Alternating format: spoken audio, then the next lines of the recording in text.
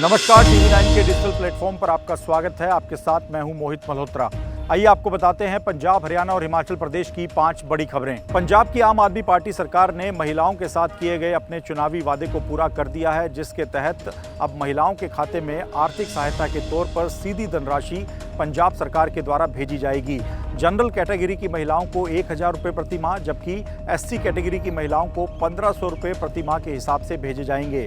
पंजाब के संगरूर के धूरी विधानसभा क्षेत्र में हुए राज्य स्तरीय सरकारी कार्यक्रम के दौरान मुख्यमंत्री भगवंत मान ने इस स्कीम को लॉन्च किया है। मुख्यमंत्री मावा धिया सत्कार योजना के तहत करीब 1100 करोड़ रुपए की राशि महिलाओं के खातों में सीधी भेजी गई है।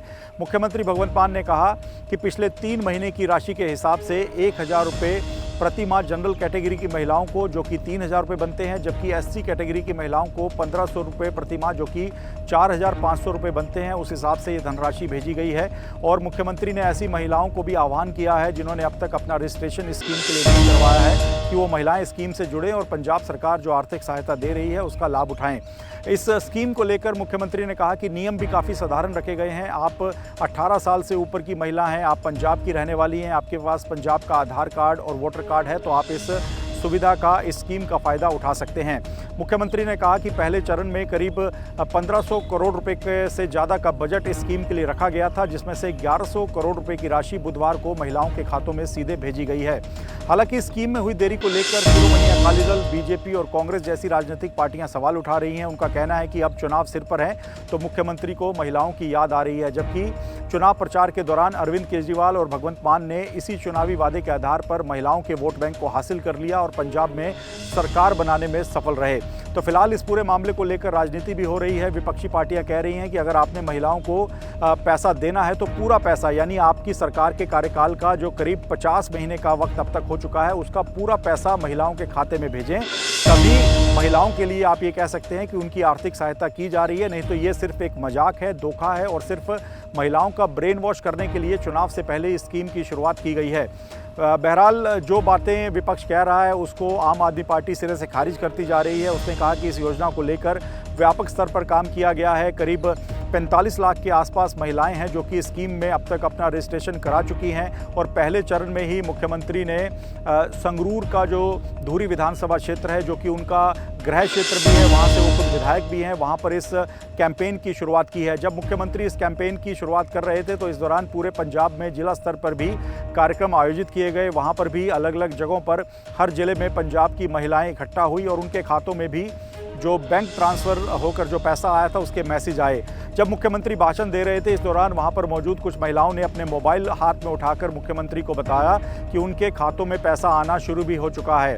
तो कुल मिलाकर आम आदमी पार्टी का ये कहना है कि महिलाओं के लिए किया गया उनका ये बड़ा वादा था और एक 5 गारंटियां थी जो कि भगवंत मान और अरविंद केजरीवाल की ओर से पंजाब की जनता के साथ की गई थी। उसमें से काफ़ी अहम गारंटी ये थी कि महिलाओं को प्रतिमाह आर्थिक सहायता दी जाएगी। तो फिलहाल देर से ही सही पंजाब की आम आदमी पार्टी सरकार ने इस मावा धिया सत्कार योजना को लागू कर दिया है और सरकार को उम्मीद है कि ज़्यादा से ज़्यादा महिलाएं इस सुविधा का, इस स्कीम का फ़ायदा उठाएंगी और महिलाओं को आर्थिक सहायता मिलने के बाद उन्हें अपने परिवार पर भी निर्भर नहीं रहना होगा, वो अपने तरीके से इस पैसे का इस्तेमाल कर सकती हैं। पंजाब के बठिंडा में अमरनाथ यात्रा के लिए जा रहे श्रद्धालुओं के साथ भीषण सड़क हादसे की घटना सामने आई है। मामला राजस्थान के बाड़मेर से जुड़े श्रद्धालुओं का है जो कि अमरनाथ यात्रा में शामिल होने के लिए जा रहे थे। बताया जा रहा है कि राजस्थान के बाड़मेर से ये यात्री मंगलवार रात को निकले थे।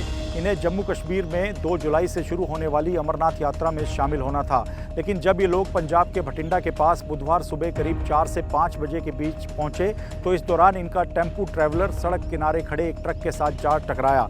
टक्कर इतनी जोरदार थी कि टेम्पू ट्रैवलर के परखच्चे उड़ गए और इस घटना में 3 श्रद्धालुओं की मौके पर ही मौत हो गई।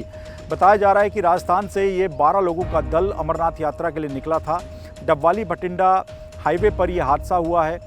ये आशंका है कि टेम्पू ट्रैवलर का जो ड्राइवर था उसे सुबह के वक्त अचानक से झपकी आई, जिसके बाद उसका नियंत्रण गाड़ी से हट गया और उसका टेम्पू ट्रैवलर सड़क किनारे खड़े ट्रक से जा टकराया। घटना की जानकारी मिलते ही स्थानीय लोगों और पुलिस ने पूरा एक रेस्क्यू ऑपरेशन चलाया और टेम्पू ट्रैवलर में फंसे यात्रियों को बाहर निकाला गया। इस घटना में 3 लोगों की मौके पर ही मौत हो गई है, जबकि जो अन्य श्रद्धालु हैं जो कि अमरनाथ यात्रा के लिए जा रहे थे, उनमें से कुछ को गंभीर चोटें आई हैं। उनका इलाज भटिंडा के अस्पताल में किया जा रहा है। तो ये घटना काफ़ी दुखद थी। राजस्थान से ये यात्रियों का दल अमरनाथ यात्रा में शामिल होने के लिए निकला था, लेकिन उससे पहले ही इनके साथ भटिंडा में ये दर्दनाक हादसा हो गया।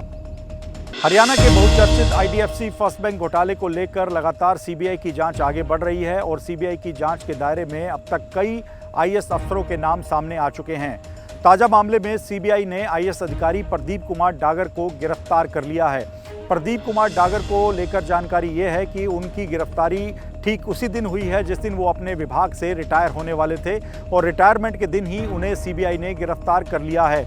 जब ये पूरा घोटाला हुआ था तब हरियाणा पोल्यूशन कंट्रोल बोर्ड के सदस्य सचिव के तौर पर प्रदीप कुमार डागर की तैनाती थी और जब पूरा सरकारी फंड आईडीएफसी फर्स्ट बैंक में भेजा गया तो इस दौरान उन्होंने अपनी सहमति भी दी थी, जिसके बाद ये पूरा पैसा पहले आईडीएफसी फर्स्ट बैंक के खातों में भेजा गया और वहां से शेल कंपनियों के खाते में ट्रांसफ़र कर दिया गया।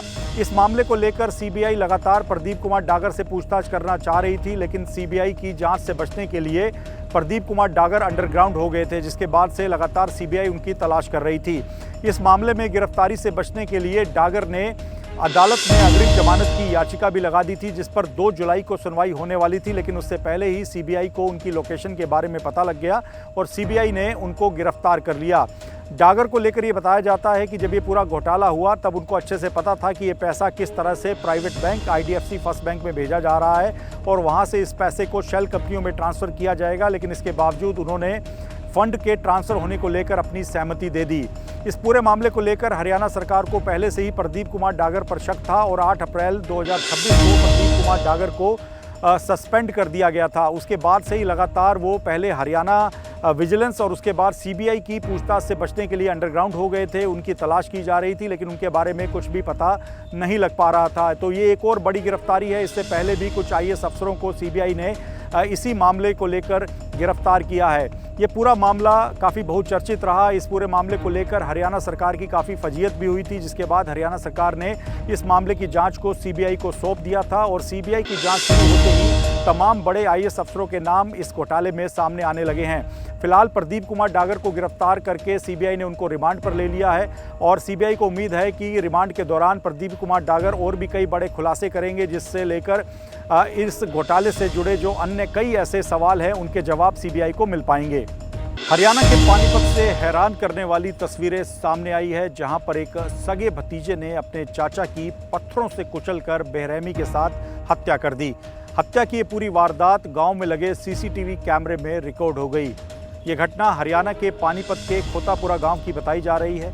बताया जा रहा है कि भतीजा अभिषेक, जो कि अपने चाचा सुशील कुमार के साथ पुरानी रंजिश रखता था और कुछ दिनों पहले भी इसका अपने चाचा के साथ विवाद हुआ था, उसने अपने चाचा को गांव की गली में रोका और पत्थर से उसका पूरा चेहरा कुचल दिया। घटना की तस्वीरें काफ़ी डराने वाली हैं। देखा जा सकता है कि किस तरह से अभिषेक पत्थर उठाकर अपने चाचा के चेहरे और सिर पर बार बार पत्थर से वार करता है और मौके पर ही अपने चाचा को मौत के घाट उतार देता है। पुलिस को ये सीसीटीवी फुटेज मिल चुकी है, जिसके बाद हरियाणा पुलिस पूरे मामले की जांच की बात कह रही है। मृतक की पत्नी ने पुलिस को जो बयान दिया है उसके मुताबिक अभिषेक अपने चाचा सुशील कुमार के साथ पुरानी रंजिश रखता था। कुछ दिन पहले भी दोनों पक्षों में झगड़ा हुआ था, जिसके बाद सुशील कुमार ने हरियाणा पुलिस के 112 डायल नंबर पर कॉल करके अभिषेक की शिकायत कर दी थी। इस बात को लेकर अभिषेक का मनमुटाव काफ़ी बढ़ गया और वो लगातार अपने चाचा सुशील कुमार को जान से मारने की धमकियां दे रहा था। बताया जा रहा है कि मंगलवार की शाम को जब चाचा सुशील कुमार गली से गुजर रहे थे, इसी दौरान पहले से घात लगाकर बैठे अभिषेक ने एक भारी पत्थर उठाकर अपने चाचा के सिर पर दे मारा, लेकिन उसके बाद भी उसकी तसल्ली नहीं हुई और उसने बार बार उस भारी भरकम पत्थर से अपने चाचा के सिर और मुंह पर काफ़ी वार कर दिए, जिसके बाद चाचा सुशील कुमार की मौके पर ही मौत हो गई। ये पूरी घटना सीसीटीवी कैमरे में रिकॉर्ड हो गई है। सीसीटीवी कैमरे की फुटेज के आधार पर हरियाणा पुलिस पूरे मामले की जांच कर रही है, लेकिन ये घटना दिखाती है कि इस वक्त रिश्ते किस तरह से तार-तार हो चुके हैं। एक सगे भतीजे ने अपने ही चाचा को मौत के घाट उतार दिया और वो भी इतनी बेरहमी के साथ कि इन तस्वीरों को देखकर रोंगटे खड़े हो जाते हैं। फिलहाल हरियाणा पुलिस पूरे मामले की जाँच कर रही है और आरोपी को जल्द ही गिरफ्तार करने की बात भी कही जा रही है। हिमाचल प्रदेश में मॉनसून ने दस्तक दे दी है। हालांकि इस साल मॉनसून करीब 5 दिन बाद यानी 30 जून को हिमाचल प्रदेश पहुंचा है, लेकिन एक दिन की बारिश ने हिमाचल प्रदेश के आम लोगों की मुश्किलें बढ़ा दी हैं। शिमला, लाहौल स्पीति और चंबा से कुछ ऐसी तस्वीरें सामने आई हैं जो कि चिंता बढ़ाने वाली हैं। हिमाचल प्रदेश आपदा प्रबंधन विभाग के मुताबिक भी एक दिन की बारिश में ही हिमाचल प्रदेश की 45 सड़कें अवरुद्ध हो गई थी, जिनमें से 40 सड़कों को अब ट्रैफिक के लिए खोल दिया गया है और बाकी सड़कों को खोलने का काम भी किया जा रहा है। इसके साथ ही बारिश की वजह से आपदा प्रबंधन विभाग ने जानकारी दी है कि कुछ जल परियोजनाओं की पाइपलाइन और ट्रांसफार्मर्स को भी नुकसान हुआ है और वहां पर भी तमाम विभागों के द्वारा बिजली और पानी की व्यवस्था को सुचारू करने का काम किया जा रहा है। हिमाचल प्रदेश के शिमला में मंगलवार रात को हुई बरसात के बाद अचानक से ही काफ़ी मलबा तेज पानी के बहाव के साथ चक्कर इलाके में सड़क पर आ गया, जिसके बाद ट्रैफिक की आवाजाही को करीब 2 घंटे के लिए रोकना पड़ा। उसके बाद स्थानीय जो नगर निगम है उसकी टीमें मौके पर पहुंची और मलबे को वहां से हटाकर ट्रैफिक की व्यवस्था को सुचारू किया गया। लाहौल स्पीति को लेकर भी जानकारी सामने आ रही है कि वहां पर मनाली लेह जो नेशनल हाईवे है वो लैंडस्लाइड की वजह से बाधित हो गया था, जिसको कड़ी मशक्कत के बाद बीआरओ ने खोला है। बताया जा रहा है कि मंगलवार रात को जिस्पा नाले के अंदर तेज बहाव के साथ मलबा और बारिश का पानी आ गया और देखते ही देखते ये मलबा पूरे के पूरे नेशनल हाईवे पर फैल गया, जिसके बाद दोनों तरफ ट्रैफिक को रोक दिया गया। खासतौर पे केलांग से आगे वाहनों को आने की इजाज़त नहीं दी गई। मनाली को लेह से जोड़ने वाला ये काफ़ी महत्वपूर्ण हाईवे है और ऐसे में इस हाईवे पर ट्रैफिक की व्यवस्था को सुचारू करने के लिए रात से ही बीआरओ की टीमें लगी हुई हैं और ट्रैफिक को सुचारू करने का जो पूरा काम है वो शुरू कर दिया गया है। इसके साथ ही चंबा से भी कुछ हैरान करने वाली तस्वीरें सामने आई हैं। यहाँ पर भी चंद घंटों की बरसात के बाद बाढ़ जैसे हालात बन गए और नूनी इलाके में बताया जा रहा है कि 2 घरों में पहाड़ से तेज पानी और मलबे का पूरा एक बहाव घरों के अंदर घुस गया, जिसके बाद इन घरों को काफ़ी नुकसान पहुंचा है। हालांकि इन घटनाओं में किसी भी जानी नुकसान की खबर नहीं है, लेकिन सड़क मार्ग प्रभावित हुए हैं। इसके साथ ही कुछ घरों को चंबा में नुकसान पहुंचा है। तो हिमाचल प्रदेश में अभी मानसून ने दस्तक की दी है। एक ही दिन की बारिश हुई है, लेकिन इसके बावजूद वहाँ पर जो हालात हैं वो लगातार बेकाबू होते जा रहे हैं। मौसम विभाग ने साफ किया है कि आने वाले एक हफ्ते यानी 1 जुलाई से लेकर 7 से 8 जुलाई तक हिमाचल प्रदेश में बारिश का ऑरेंज अलर्ट है। भारी बारिश पड़ सकती है। ऐसे में लोगों को सावधानी बरतने के लिए कहा गया है। खासतौर पर दूसरे राज्यों से जो पर्यटक हिमाचल प्रदेश आए हुए हैं उनको मौसम विभाग और हिमाचल प्रदेश प्रशासन के द्वारा कहा गया है कि वो बारिश के दौरान यात्रा ना करें, क्योंकि लगातार लैंडस्लाइड का खतरा कई इलाकों में बना हुआ है। तो कुल मिलाकर आने वाले एक हफ्ते के लिए बारिश का ऑरेंज अलर्ट जारी किया गया है। भारी बारिश हिमाचल में पड़ सकती है, लेकिन एक दिन की बारिश के बाद ही जो तस्वीरें सामने आई हैं वो काफ़ी चिंता बढ़ाने वाली है और सभी लोग बस यही उम्मीद कर रहे हैं कि इस बार बारिश जरूर हो, लेकिन इससे किसी भी तरह का जानी माली नुकसान ना हो। तो ये थी पंजाब, हरियाणा और हिमाचल प्रदेश की 5 बड़ी खबरें। देश और दुनिया की अन्य तमाम बड़ी खबरों के लिए TV9